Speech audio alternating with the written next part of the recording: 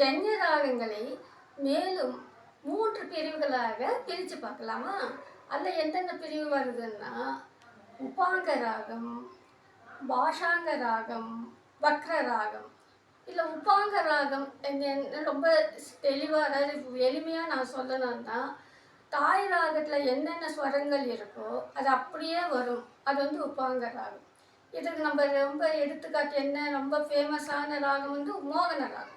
மோகன ராகம் வர தாய் ராகம் வந்து சங்கராபரணம். சங்கராபரணத்தில் என்னென்ன ஸ்வரங்கள் இருக்கோ அது அப்படியே மோகன ராகத்துலேயும் இருக்கும்.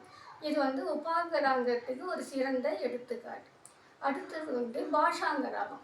பாஷாங்க ராகத்தில் வந்து தாய் ராகத்தில் இல்லாத சில ஸ்வரங்கள் சேர்ந்து வரும். அதை வந்து நம்ம அந்நியஸ்வரம் அப்படின்னு சொல்லுவோம். இந்த அந்நியஸ்வரம் வந்து அந்த ராகத்தோட சேர்ந்தா போல இருக்கும், ஆனால் தாய் ராகத்தில் அந்த ஸ்வரம் இருக்காது.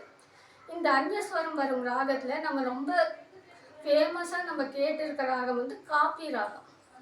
அடுத்தது வந்து வக்ர ராகம். இந்த வக்ர ராகத்தில் வந்து ஆரோகணமும் அவரோகணமும் நேராக வராது, மாறி மாறி வரும்.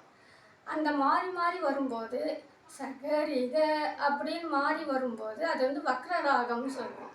பேகட ராகத்தில் வந்து இந்த மாதிரி தான் மாறி வரும்.